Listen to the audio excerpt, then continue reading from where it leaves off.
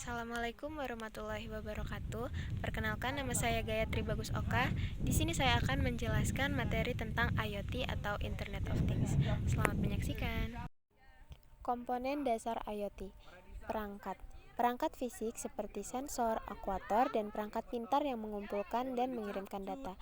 Lalu ada konektivitas, merupakan jaringan nirkabel yang menghubungkan perangkat IoT ke internet, memungkinkan komunikasi data.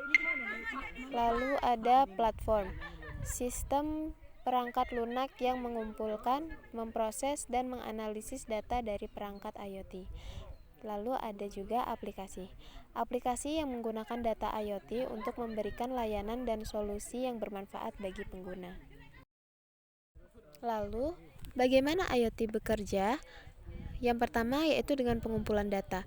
Sensor IoT mengumpulkan data dari lingkungan sekitarnya seperti suhu, cahaya, atau gerakan. Kemudian transmisi data.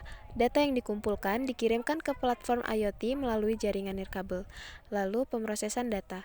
Platform IoT memproses data yang diterima dan melakukan analisis untuk mendapatkan wawasan berharga. Lalu ada pengambilan keputusan.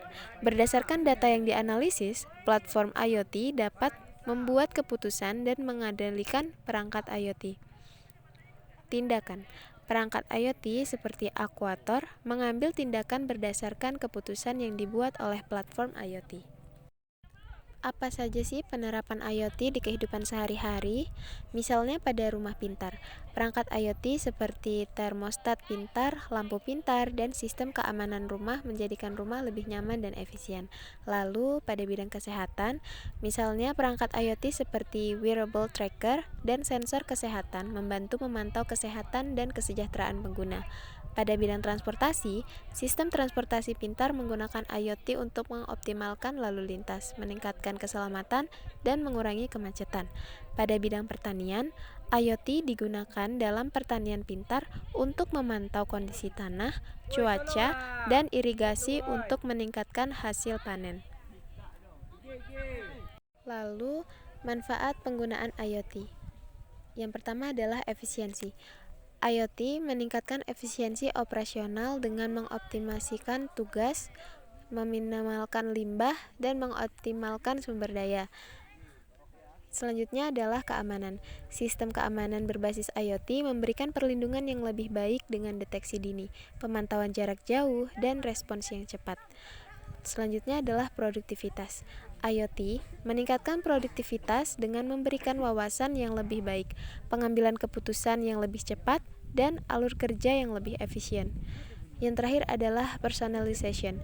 IoT memungkinkan personalisasi layanan dengan menyesuaikan pengalaman pengguna berdasarkan preferensi dan kebutuhan individu.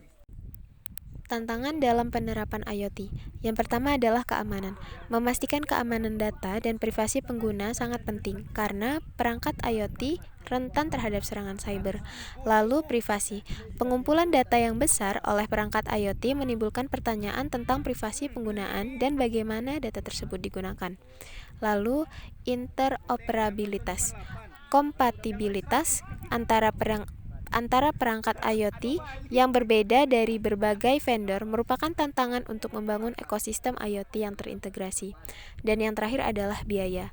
Biaya tinggi untuk implementasi dan pemeliharaan sistem IoT bisa menjadi hambatan bagi adopsi di banyak sektor.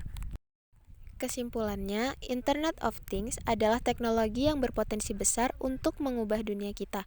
Dengan memahami komponen, cara kerja, dan manfaat IoT, kita dapat memanfaatkan kekuatan teknologi ini untuk menciptakan masa depan yang lebih baik dan lebih efisien.